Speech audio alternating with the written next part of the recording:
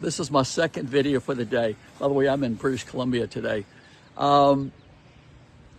Here's why DOGE and Musk and Trump are complete bullshit, all right? Most of the federal government's discretionary spending is through the Pentagon, right? So they've got to pay Social Security and, all that stuff, people's salaries, but of the discretionary budget, most of it, over 50% goes to the Pentagon, and DOGE hasn't even looked at that, okay? So they're looking at the Small Business Administration, all this kind of crap, It's never been reported in the national media that I ever saw that there was fraud in any of those agencies. I've never seen it. And yet, for almost 25 years, it's reported that trillions are missing at the Pentagon. The day before 9/11, Donald Rumsfeld came out and said, we can't track 2.3 trillion acquisitions.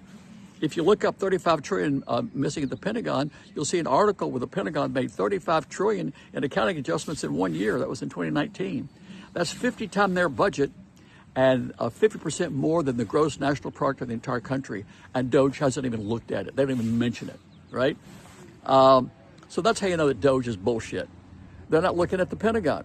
It's been reported for a quarter century that trillions are missing. They've never even mentioned it. So that's how you know that the whole DOGE thing is bullshit, right? So, Trump and Musk, they were to cut the federal budget by $2 trillion. I think it's wound up like 150 billion, something like that. By the way, if you go into, I use Perplexity. If you go into Perplexity and say, what percentage is 150 billion of the amount of money missing at the Pentagon? It'll come up to like 6%, right? So the amount of money that they claim to cut the budget, it's just peanuts, quite frankly.